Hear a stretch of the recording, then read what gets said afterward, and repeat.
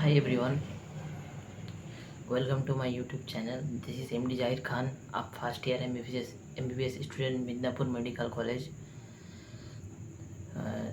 कुछ मेरे सब्सक्राइबर्स और कुछ मेरे दोस्त के इन्फॉर्मेशन से मुझे पता चला कि सब लोगों को टेस्ट एनालिसिस के वीडियो चाहिए, इसलिए टेस्ट एनालिसिस के लिए टुडे वीडियो बना रहा हूँ।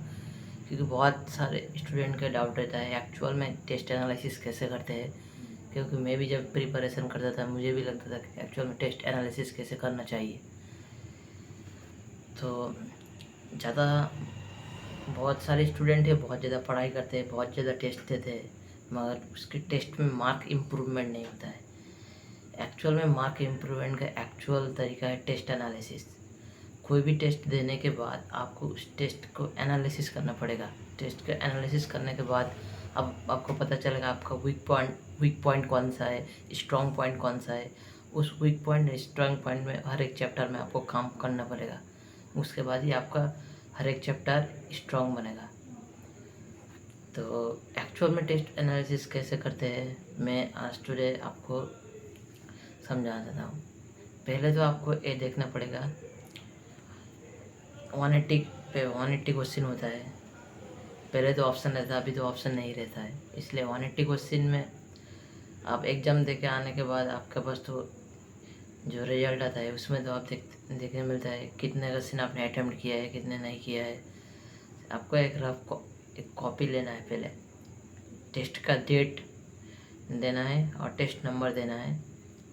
उसके बाद आपको एग्ज़ाम पे 2 टाइप का क्वेश्चन, पहले तो आपको 2 बॉक्स करना है, एक अटेम्प्टेड और एक नॉन अटेम्प्टेड। हम मान के चलते हैं अभी आपने 180 क्वेश्चन में 150 क्वेश्चन किया है, 130 क्वेश्चन नहीं किया है। तो 150 क्वेश्चन आपने अटेम्प्ट किया है और 30 क्वेश्चन नहीं अटेम्प्ट किया है। तो 150 अटेम्प्ट क्वेश्चन में आपको देखना पड़ेगा कितने करेक्ट है और कितने इनकरेक्ट है। तो मैंने मान के चल रहा हूँ मुझे 130 करेक्ट है, 20 इनकरेक्ट है। 130 करेक्ट है, 20 इनकरेक्ट है। मगर आपको 130 पर अभी देखना पड़ेगा कितने क्वेश्चन आप कंफर्म थे जो कोई आंसर करेक्ट ही होगा, और कितने ज़्यादा उस 130 में से आपने कितने क्वेश्चन पर तुक्का लगाया है एक्चुअल में। अगर मैं मान के चल रहा हूँ आपका 10 क्वेश्चन में आप लोग तुक्का स्ट्रैटेजी यूज़ किया है और 120 क्वेश्चन आप कंफर्म ठीक है।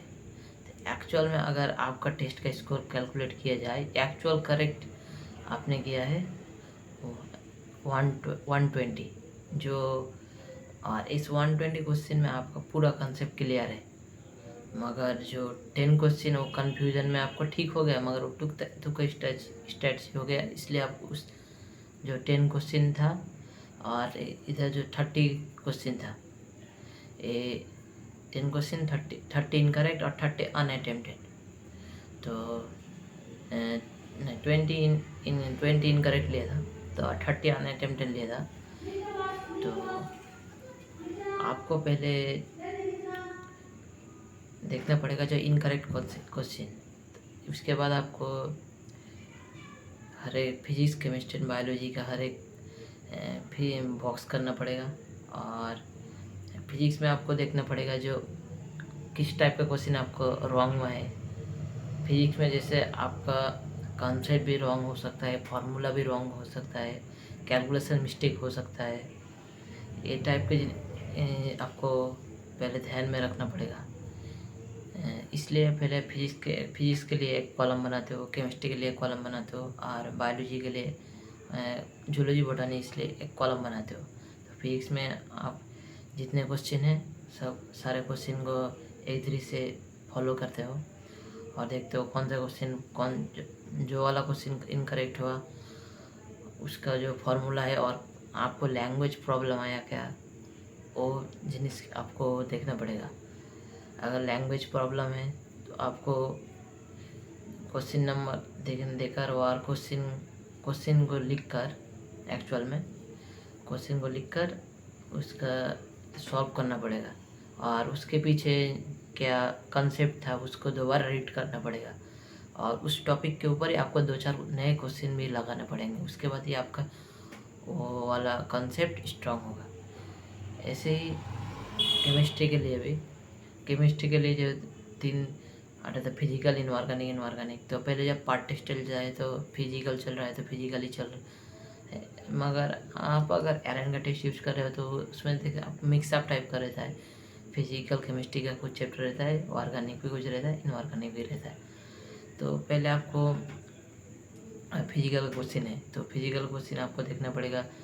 जो इनकरेक्ट हुआ है वो फार्मूला बेस इनकरेक्ट हुआ है, और फार्मूला बेस क्वेश्चन है, और कंसेप्ट में कोई गलती है, और कैलकुलेशन में मैंने मगर जो तो फिजिकल केमिस्ट्री है, इधर कैलकुलेशन में भी बहुत ज़्यादा मिस्टेक होने के चांसेस है जब स्पीड कैलकुलेशन का।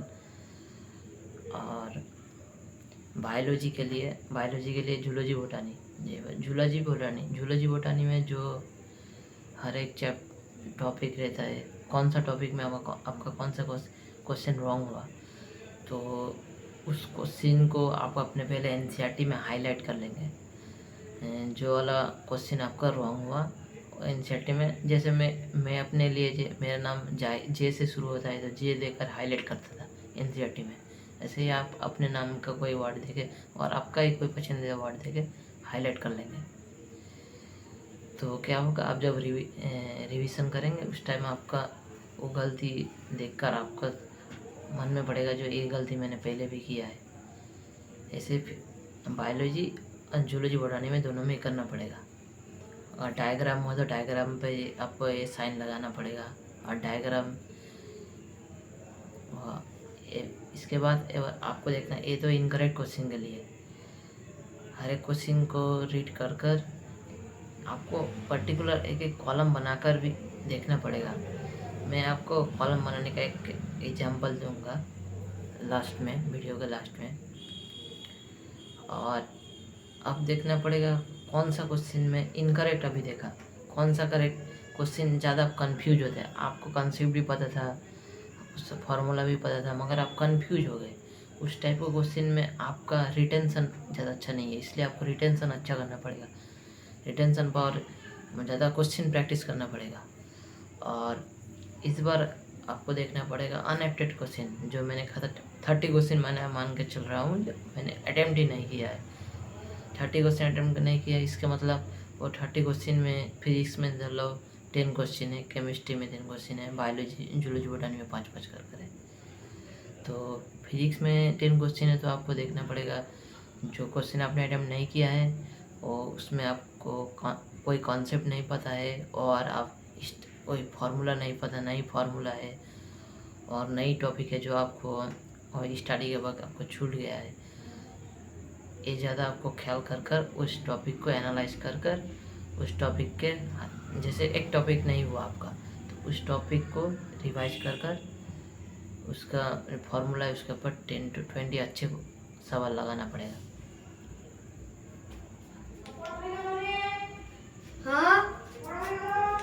जैसे कि मैंने बोला, जो अनअटेम्प्टेड क्वेश्चन में फिजिक्स, केमिस्ट्री एंड बायोलॉजी में आपको ऐसा लगता है कंसेप्ट आपका रिटेंशन नहीं है, और कोई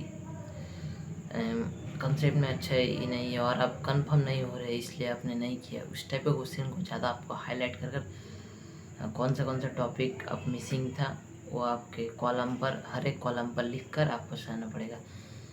इस वीडियो के शेष पर मैं आपके साथ शेयर कर दूंगा मैंने एक्चुअल में कैसे टेस्ट एनालिसिस किया है, वो एक टेस्ट का आप दिखा दूंगा कैसे मैंने किया है। ओके, आप सब अपने तैयारी को इस टेस्ट एनालिसिस की मदद से अपनी तैयारी को बूस्ट करने की कोशिश करना, और इसके बाद में मैं कौन सा वीडियो बनाकर आपकी प्रिपरेशन में हेल्प कर सकता हूँ आप ज़रूर बताना।